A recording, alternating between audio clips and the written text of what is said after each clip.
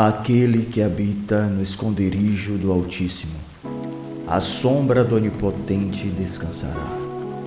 Direi do Senhor, Ele é o meu Deus, o meu refúgio, a minha fortaleza, e nele confiarei. Porque Ele te livrará do laço do passarinheiro e da peste perniciosa.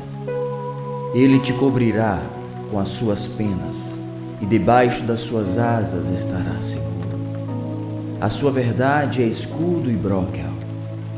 Não temerás espanto noturno, nem seta que voe de dia, nem peste que ande na escuridão, nem mortandade que assole ao meio-dia. 1000 cairão ao teu lado e 10.000 à tua direita, mas tu não serás atingido. Somente com os teus olhos olharás e verás a recompensa dos ímpios. Porque tu, ó Senhor, és o meu refúgio, o Altíssimo é a tua habitação. Nenhum mal te sucederá, nem praga alguma chegará à tua tenda, porque aos seus anjos dará ordem a teu respeito, para te guardarem em todos os teus caminhos.